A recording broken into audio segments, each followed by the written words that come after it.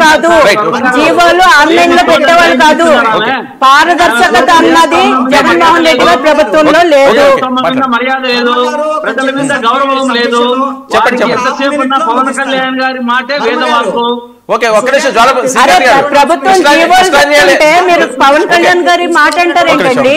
కృష్ణాంజనేయులు గారు మాట్లాడండి, మీకు నేను ఇస్తాను. పవన్ కళ్యాణ్ గారి మాటలంతా నీటి మూటలేనమ్మా. పవన్ కళ్యాణ్ గారు శ్రీకాంత్ గారు అది కృష్ణాంజనేయులు గారు చెప్పారు కాబట్టి ఆయన రెస్పాండ్ అవుతున్నారు. అది ఏంటంటే మీరు మాట్లాడితే నేను ఒక్క నిమిషం. 2024 జూన్ 4వ తేదీన ఎప్పుడైతే ఫలితాలు వచ్చాయో జూలైలో మదనపల్లి సబ్ కలెక్టర్ కార్యాలయంలో ఫైళ్లు మొత్తం దగ్ధం అయితే అక్కడ ఎవరు దీనికి సంబంధించినటువంటి ఈ ల్యాండ్ కు సంబంధించినటువంటి వ్యవహారాలు, దాంట్లో పెద్దిరెడ్డి ఉన్నాడు, మిథున్ రెడ్డి ఉన్నాడు, ఇవన్నీ వ్యవహారాల మీద కేసులు నమోదు చేశారు.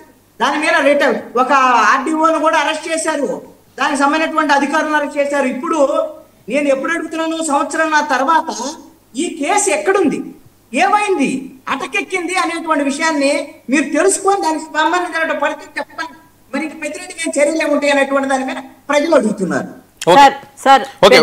ఒక్క నిమిషం పెద్దిరెడ్డి గారు ఆగండి, మీరు చెప్పినంత మీదే సోది ఉంటుంది, ఆగండి.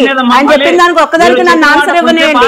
పెద్దిరెడ్డి గారిని అరెస్ట్ చేయలేదు అంటున్నారు, మిథున్ రెడ్డి గారిని అరెస్ట్ చేశారు, జోగి రమేష్ ని అరెస్ట్ చేశారు.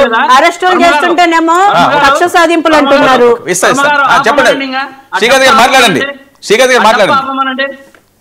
గారు నేనేం చెప్తున్నానంటే, పవన్ కళ్యాణ్ గారు ఇంతకు ముందు మాకు హెచ్చరికలు అన్నారు. దానికి ఒక విషయం చెప్తా.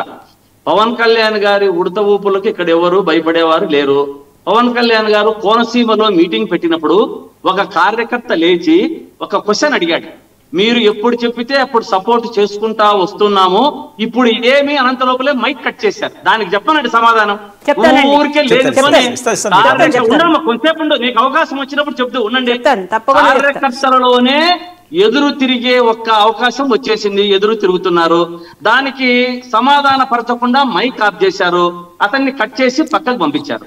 కానీ ఈ పెద్దిరెడ్డి గారి విషయంలో లేనిపోని అభియోగాలు ఆమె మోపుతున్నారు. ఏదైనా ఆధారాలు ఉంటే చూపమ్మా, దానికి మాట్లాడదాం. అంతే తప్ప 34 ఎకరాలు ఇరికి తీసుకున్నారు, 72 ఎకరాలు అక్కడ ఉంది, 22 ఎకరాలు ఇక్కడ ఉంది అని చెప్పడం భావ్యం కాదు.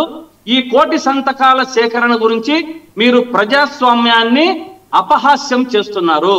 ప్రజలు స్వచ్ఛందంగా, విద్యార్థులు, విద్యార్థినీయులు, ప్రజలు, అన్ని వర్గాల వారు సంతకాలు చేస్తుంటే మీరు ప్రజలను అవహేళనగా, అపహాస్యంగా మాట్లాడుతున్నారు. తప్పు గుర్తుపెట్టుకోవాలి. ఇటువంటి పని చేస్తే మీకు ఏమైతుందనేది ఇంకా చూపిస్తారు జనాలు.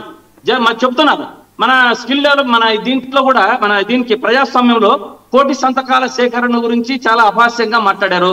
పవన్ గారి శక్తి గురించి బ్రదర్ మాట్లాడారు. పవన్ గారి శక్తి గురించి మాకంటే మీకే ఎక్కువగా తెలుసు. ఎందుకంటే వారు మా తరపున, తెలుగుదేశం తరపున వచ్చినారని వారు చెప్తూ ఉంటారు. మీరు పవన్ కళ్యాణ్ గారు మా తరపున మా దగ్గర ఉండబట్టి ఆయన వచ్చినాడు అని చెప్తుంటారు. కానీ మీ శక్తియుక్తులు మీ దగ్గర ఉండండి. మీ శక్తి మాకు అవసరం లేదు, మా శక్తి మాకు తెలుసు. అవన్నీ బయట చెప్పొద్దండి. మీ యొక్క కార్యక్రమాన్ని ఇక్కడ ఏదైతే అంశము జరుగుతుందో ఆ అంశాల గురించి మాట్లాడితే బాగుంటుంది. ఎక్కడికెక్కడికో పోయి డైవర్ట్ అయిపోయి వారి శక్తి ఇంత, వీరి శక్తి ఇంత, పవన్ కళ్యాణ్ ఆ శక్తి అంటే, పవన్ కళ్యాణ్ గారు ఎక్కడికి వెళ్ళారు? ఆయన కూడా గెలిచలే. ఆయన శక్తి గురించి మాకు చెప్తారు. ఏదో మీ పక్కన ఉన్నాడు, గెలిచాడు, 23 వచ్చాయి. అది ఈవీఎంల వల్ల వచ్చాయో, దేని వల్ల వచ్చాయో రాష్ట్ర ప్రజలకి, దేశానికంతా తెలుసు. అది వేరే సబ్జెక్టు. వర్మ గారు, మనము ఏదైతే సబ్జెక్ట్ ఎత్తుకుంటామో అది మాట్లాడితే డివేట్ కాకుండా, ఏదేదో ఇప్పుడు కృష్ణాంజనేయులు గారు ఉన్న వాస్తవాన్ని చెప్తే సుజాత గారు జీర్ణించుకోలేని పరిస్థితి. వాళ్ళు అట్టున్నారు అంటే వాళ్ళ కళ్ళు గాని అధికారం. ఇప్పుడు కృష్ణాంజనేయులు గారు చెప్పింది మీకు నచ్చింది కదా, ఆయన 1 కోటి సంతకాలు ఎక్కడ పెట్టారని అడుగుతున్నారు. పెట్టలేదా ఎవరు? కృష్ణాంజనేయులు గారు 1 కోటి సంతకాల గురించి గారు లాస్ట్ లో పవన్ కళ్యాణ్ గారి గురించి, వారి హెచ్చరికల గురించి చెప్పారు. దింపుకోండి ఏం చెప్పారు? ఆమెకు జీర్ణించలేదు. అది కాదు శ్రీకాంత్ గారు, ఇప్పుడు అది వినిపించింది కానీ 1 కోటి సంతకాలు అసలు ఎక్కడ పెట్టారు? నేను కూడా చూసాను చాలా దగ్గర, ఎక్కడ కనిపించలేదు.